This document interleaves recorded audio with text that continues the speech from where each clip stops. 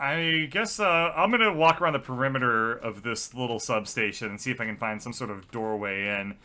I don't believe I'm gonna get so lucky. But, oh, wait, hang on. So we have a gas thing. I can spin this right round, baby. And I assume I'm filling up gasoline somewhere. And let me just go ahead and follow this cable off to wherever it's heading. It's filling up this thing.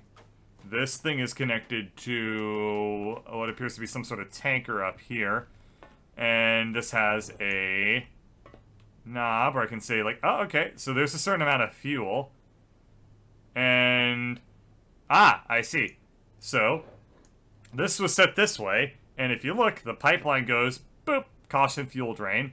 So, I don't know where the fuel was going, but it obviously wasn't doing anything. So I'm going to bring this down, and we can see we have a little connector up here that's going to this fuel indicator. So I'm going to go back to the gas station, and I'm going to crank that thing a little bit more. And I guess I'll just kind of let it go for... I'll let it go for a little bit first. Not too much time. And I'm going to go back to that little fuel indicator light thing. And we'll see... Oh, never mind. The crank came to a natural stopping point. Well, I'll leave a tip for the gas tender later. But for right now, I got puzzles to solve.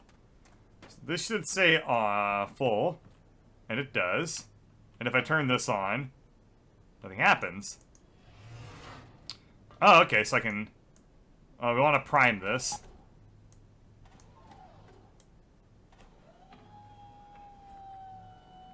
Neat.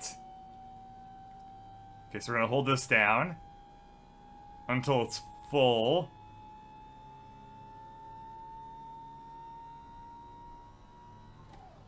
And then start.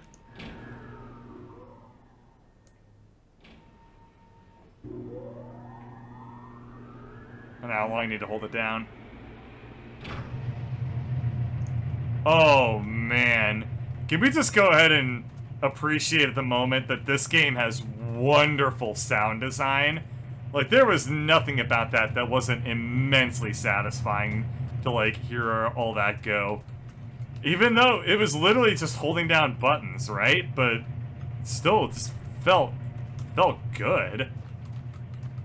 Alright, but we're not out of the woods yet, so I just turned what appears to be the engine of this electric train on.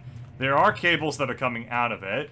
I'm gonna run back over to the power plant, and I want to see if more lights came on. A couple of them did. So we have scrap, sphere, coal, woodruff, barley, and tunnels. Is this, are any more of these things orange? They don't appear to be. That's very interesting. Well, I can at least safely say that I've solved my first puzzle here. So that's definitely cause for celebration. To that end, though, let's start to look inside of this stuff. So, there's like a really weird robot thing inside of there. But I can't see a way to get into it. My guess is that to get to that robot thing, I need to find something over here that opens up that lets me get into, like, the backyard of this, like, little junkyard part of the gas station. Not entirely sure. No smoking. Well, the only thing I can do in this game is take pictures, so I guess that probably means I'm too much of, like, a vegan. I don't know what my stereotype is that photographers are vegans, and then vegans don't smoke cigarettes. Let's go ahead and open this thing up. Oh, I have to dial it? Okay, well, without a phone number, this is kind of not useful whatsoever. And also, just gonna quickly point out that this used to be a road, right? And there's a gigantic cliff that's, like, weirdly smooth and carved into the road. Because that makes a whole lot of sense. Well, I know everything in this game was meticulously planned out and very, very carefully crafted from a visual standpoint, because that's what makes a puzzle game, you know, good. But I'll be damned if I don't find, like, some of these little subtle details a little bit strange, counterfactual, whatever. It's just really, really good. Like, there's something very pleasant and appealing to me about, like, video games that are very visually well designed, which is, I know, kind of a tautology to say, right? But, like, I really do appreciate being able to look out for things like, why did they place these power lines in the way they did? It was to draw your eye in a specific visual pathway, so you're naturally looking for things like switches and levers and doors and things like that. So see here, what they did was they placed like this, they have this random little like side area. I don't know what's down here, but I come over here and I immediately see these two sweeping lines that take me down to a catwalk, and I immediately know, like, well, if I continue to go to my right and kind of hug the left wall, I'll eventually wind up on this catwalk, or I will wind up on a door, and my mind will rightfully assume, like, hey, there must be some sort of connection between that door and that catwalk that maybe I just don't have yet. That being said, apparently I'm just totally completely wrong, because there's a wall, and I don't know if this wall is, like, ever gonna come down or not. But it's very... I can't tell if the atmosphere is on the inside or the outside. It must be on the outside, right? Because there's like, some floating islands, and when I go over to the invisible wall, I am blocked off from the floating islands. Like, they're behind that weird visual effect of, like, the invisible wall. And that raises an extremely interesting question in what the hell am I breathing right now? I'm gonna go ahead and assume that my character is breathing nothing but powdered fart. That's the best I can come up with. What's behind here? Oh. Oh, it works now. So I did manage to power that thing, which I guess... There's no visual indication of what exactly got powered. It's just this, like, chart thing right here. So what I'm gonna do is I'm gonna take a picture of it so that I know, hey, these are the things that got powered and whatnot.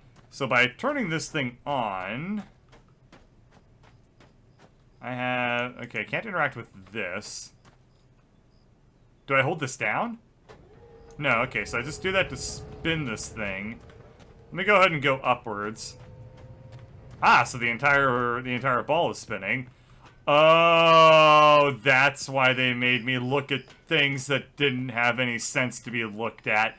It's because they wanted me to turn the ball around so I'd be able to see and do things that I wasn't able to do before. Ah, fantastic. Well, to that end, I guess I'm gonna spin this around a couple times and poke my head out and see what I can see. It's fun to think through these types of things. Like, when I was a kid playing these sorts of puzzle games, I did not have the mental acuity to really understand what the hell was going on at all. I was like, I'm just gonna flick switches until the switches, the puzzles go away, and if the puzzles don't go away, I'm gonna give up or ask somebody else to do it for me. But now, I'm an adult, and my brain is full of very, very adult thoughts at all times, and I can think through things, like how to pay bills, or how to get drunk, and other such adult thoughts. Alright, I don't see what I'm supposed to be doing here. I think that there's probably, what, 3 settings in this thing? Well, I guess I'll go back down. I bet you anything, if I hit this button again, what I'm gonna see is everything returns back to the original position and I'm not able to see anything special whatsoever. In fact, I don't even need to go up in there to confirm it. Yeah, so that's the original spot. So there was one view that I didn't see at all, and that was the first button press here. So let's go up and see if I can see anything of any sort of note. Okay, so we go up here. I go up here. Okay, there's no catwalks or anything connected that I can get onto. There's nothing over here that I can see, which means that I assume that there's going to be some sort of platform that gets extended out to this thing that I'm able to climb onto at some point to take me to special places. But I think I've more or less successfully deduced that there's nothing that can be done in this area so far. So we have driven more power to here. This door might work now. Okay, so it's locked even though there's power going to it. Well, guess I'll have to figure out what to do later.